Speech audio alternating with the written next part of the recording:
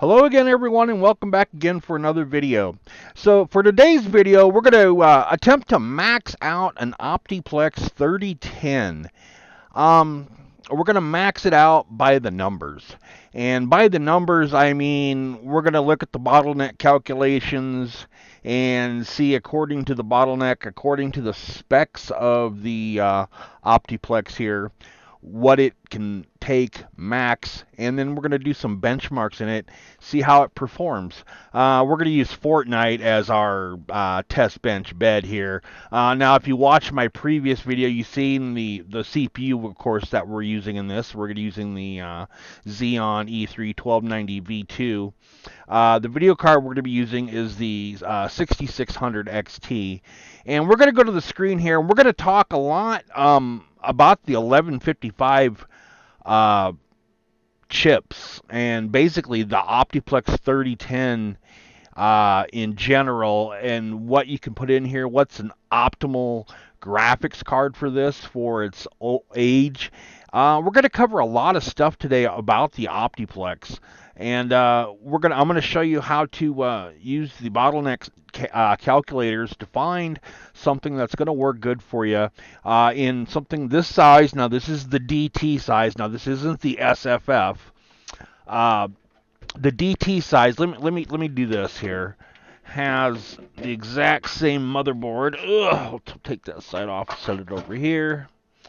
Has the exact same motherboard as the mid tower size does. Now you can see right here, this one is running that GT 1030 that I did the testing on for frame rates in the last video, and you can see my 16 gigs of RAM and my Xeon, so that's all in there, and I was running that on the stock case, stock power supply, and I got those results. Now there's a lot of things to keep in mind here, like cooling the CPU, but tell you what, let me cut this scene here. Let's go to the next, let's go up to the screen here, and we'll take a look at some number calculations here that I want to go over with you guys. See you in a sec. All right, to start out with, I've narrowed down the choices for you of every card that's going to fit in not only this 3010 here, but basically almost all Dell Optiplexes. Now, there are a couple exceptions here, and we'll go over that here real fast. In general, in most of these Optiplexes, what you're looking for is a single slot low profile card. Now, some of these low profile cards, like this one for instance, we'll open this up in a new tab here, are double width right there, and you might have trouble getting these into some of these Optiplexes. Now, an Optiplex like this one would work. This is a GTX 1650. You can go even better than that. You can actually go with the RX 6400, which is actually cheaper. And if we look at those, most of those are single slot. Like this one right here is 159. It actually looks like the price on them kind of went up a little bit. Maybe because they're starting to be kind of popular here. But anyways, if we look at this picture here, this is a single slot, low profile card. I don't know if it shows the low profile bracket, but I'm assuming it comes with one. Yep, right there's the low profile. So yeah, it'll come with that. But that's what you'd want to put in here, peak, if you don't have a case to swap it in. Now, we are, of course, going to do a case swap on this one, and we'll talk about that later. We're going to do it differently today. Today we're actually going to use the adapters instead of using the hack that I've shown. I'm sure a lot of you aren't comfortable with that hack. They're like, oh boy, I got to snip some wires and do this, and that's cool, man. We got some adapters from Harbin Repairs. I think DLM Tech Garage covered these too. Harbin's got a video out on these, but that's what we're going to use for the 3010 today is some of the proper adapters. I like those. I like the diagnostic LEDs that are on them. But anyways, I'm babbling. Getting back to this, 6400 is going to be your best buy if you're going to upgrade the Optiplexes. Single slot, low profile. This card here, look for them to go cheaper than this, actually. But getting back to the Optiplex now, when we're talking about the 1290v2, which is the most badass chip on this list. Let's go to this right here. This is our 1155 CPU list, and if we rank these from performance, highest performance, all the way down to the bottom, we can see that the top dog on the list is the E3-1290v2, which has a 3.7 gigahertz core frequency and turbos up to 4.1 with the right conditions. It beats out, of course, the i7-3770K on paper. Now, there are people that do overclock the 3770K. Now, we have a bad board for that because we are locked in with an Optiplex 3010. We can't do any kind of overclocking on the CPU or the GPU. And then another hurdle that comes with the Xeon is Xeons are actually locked. The Ks are unlocked. So you have a little more room to play with these right here. And it used to be that the Xeons would run you about $50, and the Core i7s would run you about 100. But now it's kind of like they switched. They switch now, and if you look at the markets, if you look at the like the AliExpress markets, if you look eBay and wherever, you can see that these have actually kind of switched, and the Xeons have actually become more expensive. Is it worth putting in a 3010? Well, I don't know. It's your money. You tell me if it's worth it. Probably not, but we're going to do it anyways. What would you gain going from the Xeon from, say, like the 3770 or the 3770K? Basically, all you're going to gain is just a little bit more on your clock speed and a little bit more on the turbo speed. That's about it. Otherwise, 3.4 gig. Everything else is the same. Of course, of course, you lose your video, but that's what we're going to use today. Is the rockin' hard E3-1290v2, the most badass of the 1155s. But what about the rest of these? And that's where we're going to start out talking about finding a graphics card for some of the rest of these. What if you got an old 3010, but you ain't got the big dog here, the 1290v2? Or what if you ain't got the i7 3770? What if you got the lowest performing piece of crap on the list, the Celeron G440? Now, if you don't have a Celeron G440 and you have something else on this list, then you know what? Consider yourself lucky, I guess, because this is like the shit among the shit of the CPUs that go in the 1155s. Everything else ranks higher, so don't think your 3010 is the worst of the worst of the worst. I mean, it sucks. But getting back to the weakest of the boys, finding a GPU that's going to match up to this. Now, let's go ahead and look at the benchmarks calculators using that 6400 that I was talking about on the Celeron G4400. According to our benchmark calculator, the two will work together. It'll be like a 3.4% benchmark, and anything that's 5% or less should not be a major concern. So obviously, that 6400 that I mentioned for this measly Celeron G440 weak little bitch is going to work for that one all the way up to, well, wherever you feel like. All the way up, 8th gen, 9th gen, 10th gen, whatever. It'll work. So there we know. Our RX 6400 is the card to get. But according to this, though, there's a bottleneck. Now, what can we do about that bottleneck? Well, this says we can upgrade. Now, why the hell would we want to upgrade a Celeron G440? So, for shits and giggles, let's just go ahead and look at this here. And this will give us a list of cards that actually works best with the Celeron G440. And there's some interesting cards in this list here. Going down towards the bottom, we can see the RX 470, the RX 570, some familiar ones here, the GTX 1070, RX 480, 580. Now, if you see this list here right before your eyes, This is for the weakest Celeron Gen 3 chip. Every one of these are recommended. Now, what's the top dog here in this pile that looks familiar? Maybe like an RTX 3050 or maybe even a GTX 1660. So I'd maybe go GTX 1660 on the low end. Look at this, of the 1155 platform will give you zero bottleneck.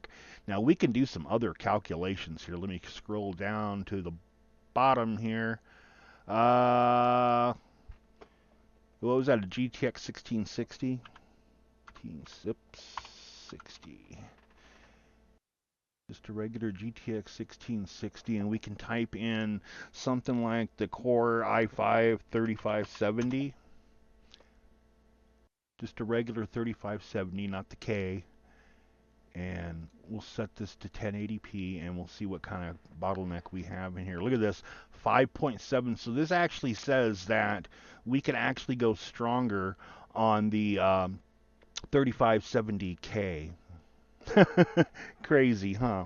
Now, that's actually how I came to the conclusion of which card I was going to use for the 1290v2. It's basically the same concept. I punch it in here, 1290 V2. There it is right here.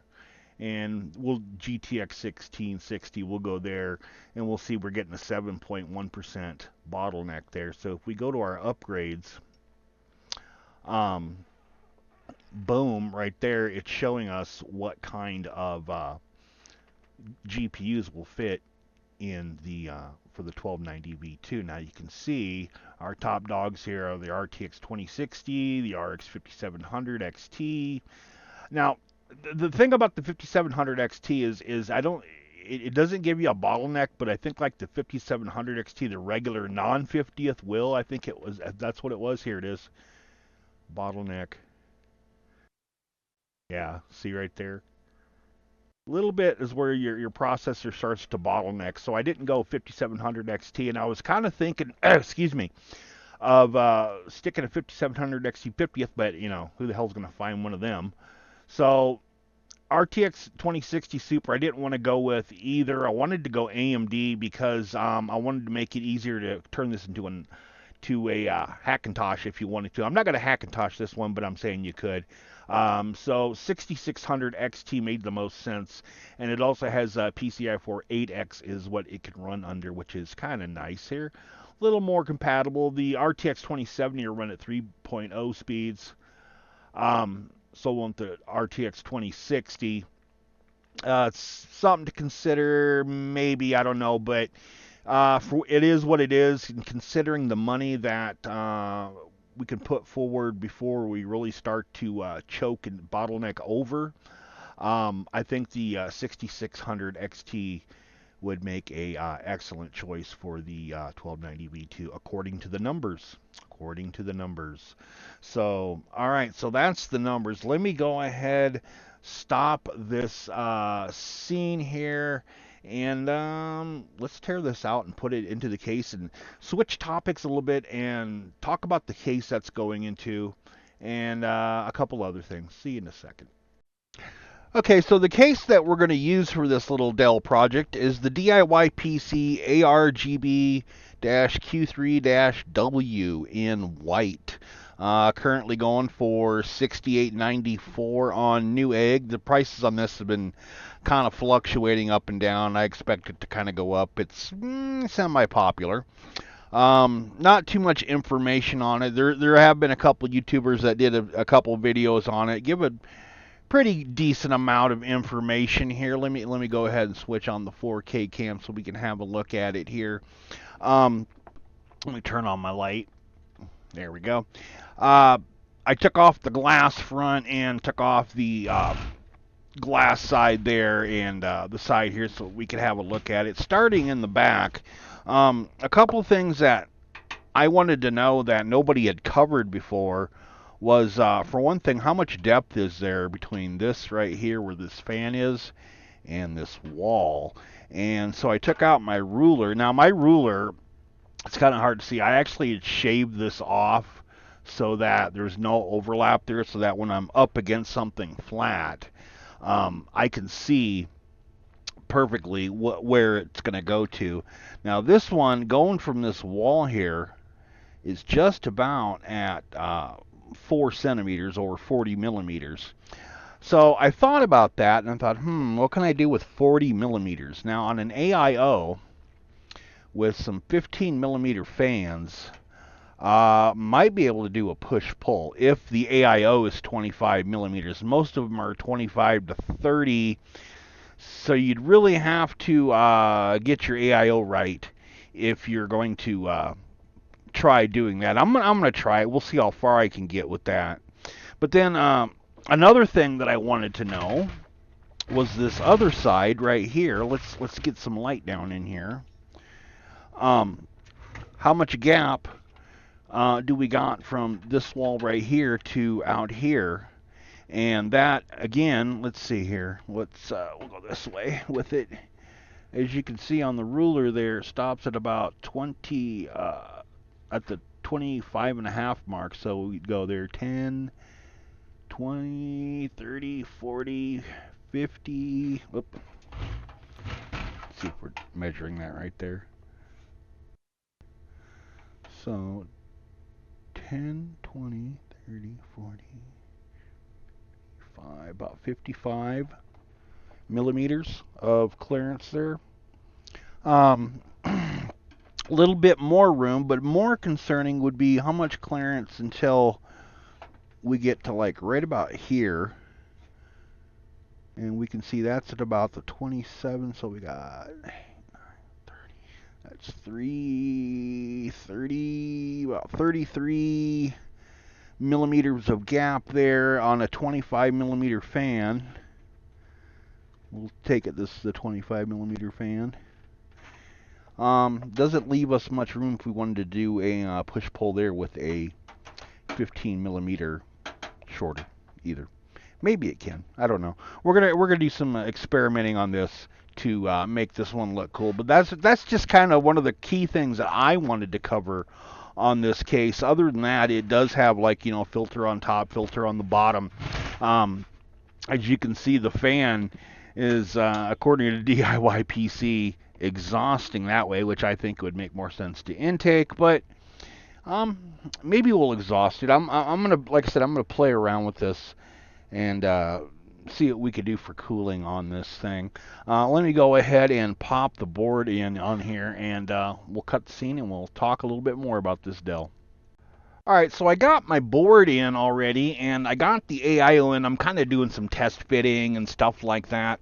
I have determined, I'm going to try this anyways. I'll show you the back here first. As you can see, I got some 25 millimeter, 120 millimeter by 25 millimeter fans mounted in the back there. They're going to exhaust out that way. And then over here on this side, I've got a 15 millimeter white fan here. Clearance on it wasn't that great. As you can see right here, let me take my light here so you can get a little closer look at this, at what I did. I took this and I kind of bent this back a bit with my needle nose. I took a rag to kind of cover it up so I didn't chew the paint up too much. It did just a little bit, but that's all right. It's going to actually get covered up by our extensions. I didn't have to do this, but I wanted to put extensions in this thing, and there just really isn't the room here. Like, here's another gap right here, but you can't see it because this fan is in here. So I figure what I'm going to have to do is just kind of squeeze them through there when I put this other fan in, and then go over like that. And that'll actually cover up my kind of little fuck up right there that I did on the case there. But the end result should look pretty good. I should be able to get extensions in this, plus a push-pull config radiator side mounted, which will leave me room for other fans and stuff on the inside here. Looking pretty good here. So let me cut this scene, and I'm gonna keep building. Alright, I'm progressing into this build here, and I just wanted to show you this. This is a tight fit. This is that one of the adapters that you use for the Optiplex 3010. And I'm going to leave a link to this in the description of the video. Under normal circumstances, it would work just fine, but as you can see right there in the camera, I kind of had to bend it up just a little bit. I mean, it works. It's all right. It's a little bit of a tight fit there because I went and squeezed a fan here in the bottom of this case. I'm going to go ahead and fill this damn thing up with fans. Now you can see I got my back fans on my AIO attached. You can see I got my extensions coming out. That looks really, really good. And you wouldn't really notice my shit paint fuck up right there from bending the shit out of it unless, you know, you were looking for it. Oops. I mean, you know, we'll call that a manufacturing error. Dented in shipping. There you go. Anyways. But, yeah, I mean, other than that, if we back it up here, it's starting to look really, really good here. As you can see here, I have my add-in cards, as I was saying. Now, here's another nip and tuck job here. Worth noting, right here, the wires for the Bluetooth. That's actually what this is at the bottom. It's the Wi-Fi and Bluetooth card. Excuse me, I'm burping up my coffee here. Anyways, Wi-Fi and Bluetooth card that is actually plugged into the green port here that's got the Harbin Repairs adapter on there. And then the other adapter goes to the USB 2.0 up on top of the case. Oops, let me get in focus here.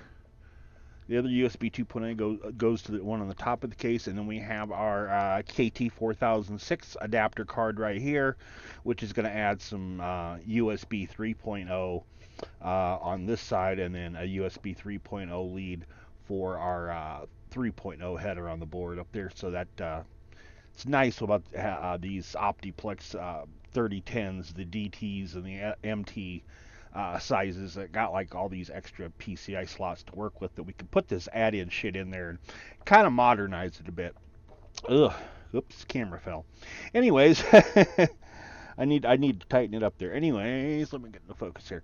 Anyways, and then here we see the little module here that's got the 4 LEDs for Dell Diagnostics, and then the one up on top there, which has got to get plugged in. So yeah, this is progressing along here, looking pretty nice. A lot of RGB to control here. I think I'm going to use one of these, and then I have an idea for another one, because some of this has got to be PWM. To get on that a little bit, right here on the bottom, this is the one that will give you the nag message if it's not plugged in. This one I'm actually going to use for the pump, for the AIO, and here's actually the lead for the pump. That's the nice thing about this. This AIO was actually sent to me from Thermalright to review and test out. And then the thing is, I have actually bought this brand before and used this before. So I was like, all right, cool. I'll take another one of these that I've already used before and review it. And I like it. I like the idea of the pump being down there, because then you can move that cable and it's not in the way over here in this area. But anyways, so then our other jack right here, we could put a fan if we wanted to, but I think we'll leave that empty for now.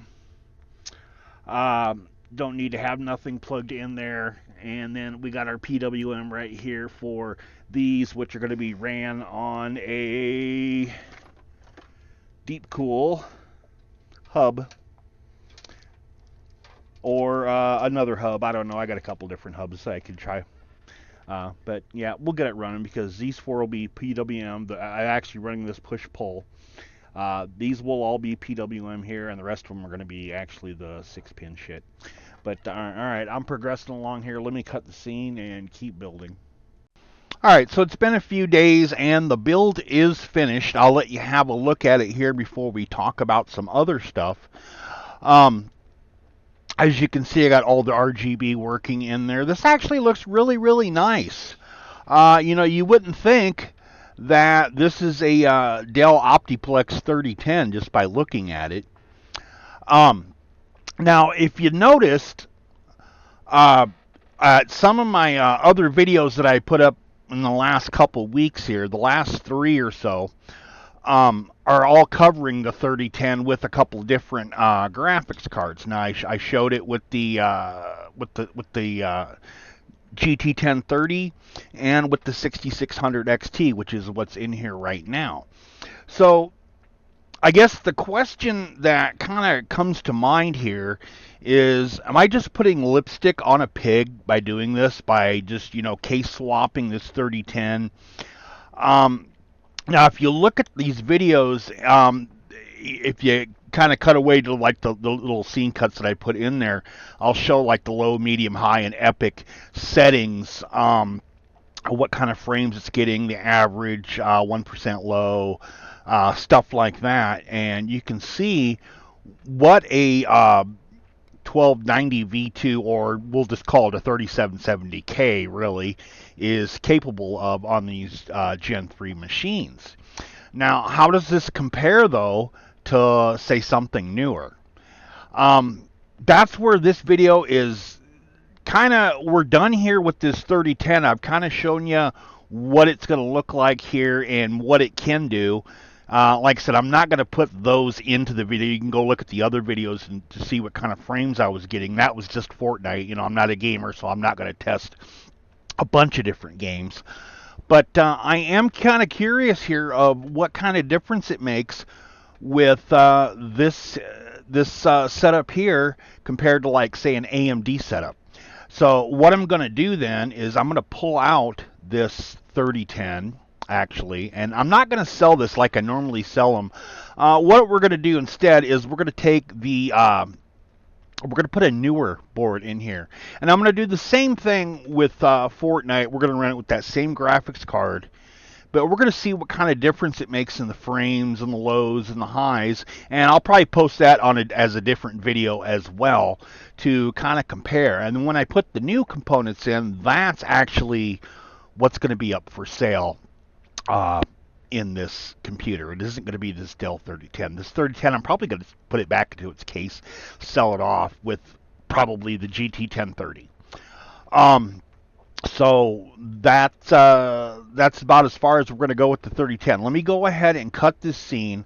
Like I said, I'm going to put something else in here besides this 3010, and then we'll come back and then we'll look at some numbers. Okay, the numbers we're going to look at here are the performance numbers I got using different settings on the 6600 XT with the 3010. And we'll start with the performance setting in Fortnite. As you can see, we got an average of 114 frames a second here with a minimum of 40 and a max of 217. That was in performance mode. That's decent, but I mean, you compare it like to something like the Ryzen 5600X, which is what I'm going to be putting in, excuse me, into the case. That's going to pull like 200 and some frames a second. So on a lower end computer, those numbers are great, but compared to like something newer, not so great. But moving right along here, let's look at our next set here. We'll go to the low settings. You can see we got an average of 135, max of 154, minimum 97, 1% was 70. Looking at our medium settings, average of 96 frames a second. Max was 129, minimum of 38. Moving to high settings, we got a max of excuse me, 114 with an average 87 frames a second that I'm showing there. 1% was 57. This is pretty acceptable still, even at high settings. Looking at Epic, this is where it starts to dog a little bit here. You can see our max was 90 frames. It's still not bad. Average of 68, still not bad. Minimum of 38. I mean, that could be a little bit better. Our 1% low, though, is 33 frames a second. So there was a little bit of stuttering there, but it's not the worst. Now, one thing to note, if you look at like the CPU and GPU usage together, these were usually pretty much around the same range. Right here on this screenshot, you know, it's like 15%, but that's actually not much in the bigger scheme of things. Looking at high settings, you can see right there 70, 85%. Is what they were sharing. So this is can tell you right here. Here's medium again, 73%, 86%. So they're right in the same range there. You don't have where the GPU is working at like say 100% and the CPU is only at 40 some, or you don't have the CPU sitting at 100% and the GPU is low there. Now, if you get something like that, that is bottlenecking. Um, what's confusing to a lot of people is defining what exactly it is that's bottlenecking. Just because a CPU is showing 100% utilization does not mean the CPU is necessarily bottlenecking. That could be the CPU working harder to compensate for what the GPU can't do because it's trying to pump through. So it could be like a weaker GPU here that's making the CPU actually go higher. It's kind of hard to explain, but for the most part, that's what this is here, is a zero bottleneck config. Now, why is it slower than, say, something newer like the 5600 XT that I'm going to be 5600X that I'm going to be putting in here? A lot of that has to do with memory speed. It has to do with the bus speed. You know, it's not just the CPU and GPU. And then another thing to factor in is which game are you playing. I mean, obviously, I'm using the Unreal Engine here to show some examples here in this. And so yeah, I mean, there's all kinds of variables here that could come into play. One thing I did notice though is that playing on low and playing on medium, it seemed to me that medium was actually smoother than low, which was kind of, you know, whatever, strange. But high worked out great, and I wouldn't mind playing it on high all the time. You know, every once in a while you get a little bit of fluttering there, but nothing that would be like, you know, enough to really piss you off. But yeah, you know, you tweak it just a little bit more, maybe change this or that around here. You're going to get a nice looking gameplay here in well, Fortnite and, you know, other games as well. So, anyways, as for the Optiplex 3010, what I did with that, like I had said, I switched it over to back to its original case, and I pulled out that, you know, the 6600 XT, obviously, because that's not going to fit into that you know, DT size case there, and I put a 6400 in it. I noticed on the 6400 the difference between that and say a GT 1030 wasn't very much at all. I am going to record some video here and post that if I haven't already. If it's not there on my channel, maybe I'll do it after this video. I haven't made up my mind yet, but and that's going to be running the same tests with Fortnite using the 6400 on here alongside the Xeon E3. So we'll see how that turns out on different settings there. Now, I did test it, you know, without recording it just to see how it was running. I kind of got a really bad experience with Epic. Not really, excuse me. Not worth it with Epic settings, but medium or low, it wasn't too bad. But one thing I noticed is the image quality with a weaker GPU looked kind of shitty as well. it was weird. But anyways, let me cut this scene here and tell you what. Let's take a look at some other stats here. Hold on. Okay, so what we're going to do now is we're going to play a little bit of Fortnite. And I want to do basically the same thing. And what we're going to notice here is the percentages of CPU and GPU usage, the difference here between the newer stuff and the older stuff. Now, this is a Ryzen 5600X, like I had mentioned. Let me go ahead and do that. So you can see right there, look at the screen, 24% usage on the GPU, 17 on the CPU. That's so much lower than that 3010 was running.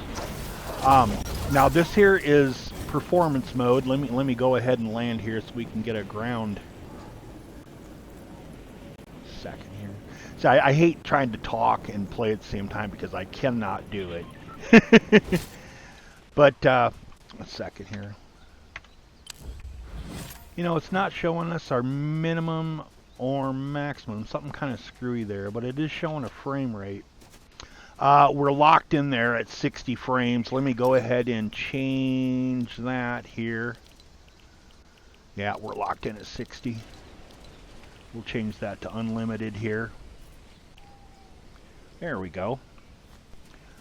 So you can see that we're getting, you know, 240 frames here, you know, as we're playing this, which is really nice in performance mode compared to what it was on that. And I don't recall right offhand performance mode on that 3010. Now that's just the difference in the CPUs, because obviously we have the exact same GPU here. Memory, there's a little bit more memory here. I'm running actually 32 gigs of RAM in this system.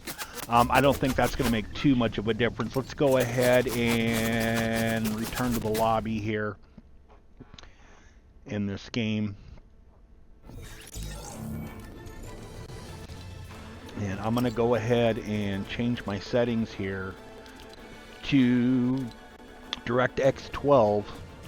And we'll click apply, and that's going to reset here. Give this just a minute. Actually, tell you what, let me cut the scene while this is loading. I'll be right back here. All right, I'm back. Now, as you can see here, I have this at DirectX 12. I got my frame rate set to unlimited, and I got my quality preset set to low, and I do not have ray tracing or anything like that on. Let's go ahead and go back and play the game. Hopefully I find a match here really quick. You never know. Here we go, waiting for matchmaking to commence.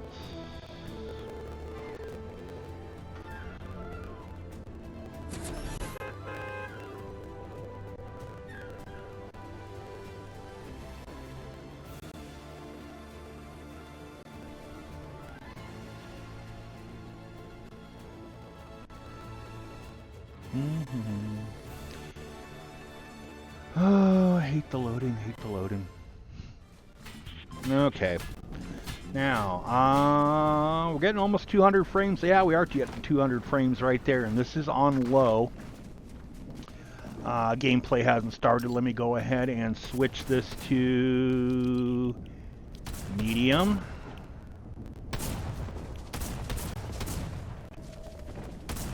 $160 some, 180 frames, a little bit lower, but still looking good. And we'll switch it to high. If I can do this in 16 seconds. Apply. Okay, we're running 130, somewhere around there, 140, 130. This is on high settings. Now, I don't recall right offhand. You'll have to look back to see what I said. To show what it was running on those other epic low and high settings and what have you. Like I said, I can't play when I'm trying to talk here.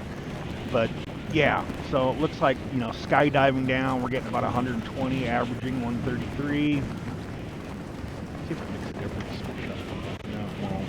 I need to check some settings here actually on my MSI Afterburner. Let me find somewhere to land so I can change my settings. Now watch me get shot when I land. I'm not even looking at the game. I'm just looking at my FPS here and looking at my camera. Okay, let's see. And then we'll go like this, and we'll set it to Epic. Apply. Back. 97. So it's actually not too much different. You know, like it's a little better than that 3010 was, but it's actually not too different. I still, I mean, the gameplay on them. One thing I noticed is that, you still get kind of a little bit of jittering and stuff like that when you're playing with... I can't see anything because my thing's there.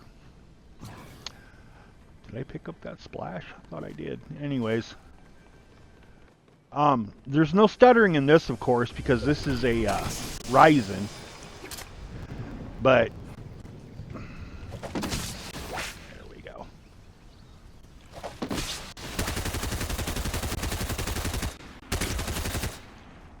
Trying to play here.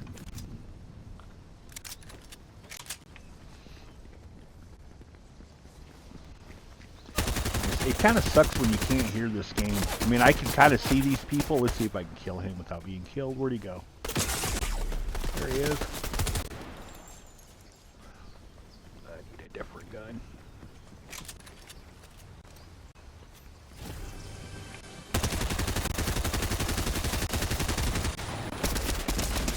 I need a different gun. There we go.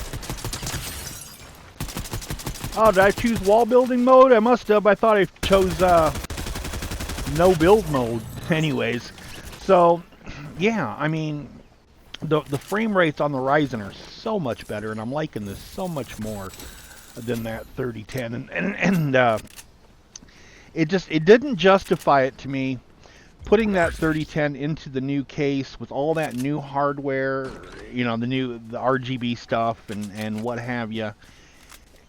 Just because spending the money on that and the profit return if I went and flipped it on eBay is just not there. That's kind of one of the main reasons that that's kind of one of the main reasons here that I decided not to do the switch on it, because I will be flipping this, and anybody that knows anything sees the 3010s on eBay, they're going to be like, nah, I don't want that shit, I don't want that shit, I don't care what's in it. And so I just figured the 6400 that I did with it, and then putting a Wi-Fi and Bluetooth in there, was actually pretty good for it. Tell you what, let me cut this scene here, and let's take a look at the finished computer that is going up for sale here, the one here that I'm playing on right now. Let me switch this over here. We'll cut this scene, and let's take a look at this. All right, so starting on this side here, like I said, I did do a push-pull configuration on this. Let me back this up here so you can see this. Starting here, you can see the fans on this side coming through, exhausting out. Here's our top there. Let me go ahead and see if I could do this. It's not easy with the camera in the way, people. Lift that up. There we go. So you can see the front of this. I got all the orange lights in there. This is a pretty decent build. I actually kind of like this case. My only complaint is that right there where you can see the 24 pin coming in, I had to kind of bend that back a little bit to make that work to do a push-pull configuration on this. This actually wasn't made for a push-pull, obviously, but if you wanted to do an AIO here, you probably, you know, could have no problem doing it, mounting just the regular fans up on front, because these are, of course, you know, 15 millimeter. See the width of them there.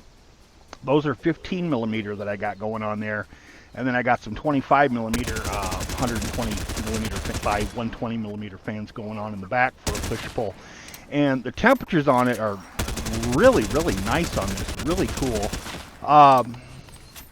You can see the RGB on the M.2 going on right there above the graphics card. 3 fans on the bottom there, 1 fan up there, and 3 fans on top. You can see there. So this is a pretty neat build here. You got the infinity mirror going there on the Thermalright cooler. This is all around a really nice looking machine. Like I said, this is going up for sale here. And the 3010's going up for sale too. If you look on my eBay page, you'll actually see the 3010 listed right now. This one's going to go up after I'm done doing this recording and stuff like this. So this case is, like I said, it's a kind of a knockoff of the Leon Lee 011, and it looks a lot like it, just looking at it. but you know, it's got a couple quirks in it that takes a little bit more effort. You know, they could have improved this a bit, but I do like this case. I like this glass coming up here. Now, I'd love to do the peel for you here. Maybe we could peel a little bit here. You can kind of see the difference there that it makes with the plastic on there. How it shines a lot better, because you get a lot of fading and stuff like that. You know, with the film on there when you're trying to film that. But yeah, that's this computer, guys. Full specs are going to be on the eBay page and on the builds.gg page, I suppose. Like I said, this one's going up for sale.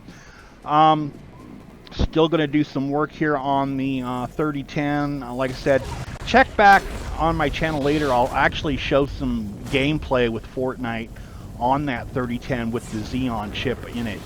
And like I said, that's up for sale already. You can, you know, bid on that if you want. Actually, I started that one out at 99 cents. So if you're looking for a cheap 3010, if it's, you know, if you think a 3010 is not worth it, well, you know, a 99-cent auction to start with, you can go ahead and enter what you think it's worth. So, you know, that's how I roll. But all right, that's going to be it for this video, guys. I don't know when I got anything else coming up. This, you know, the fall's coming up here.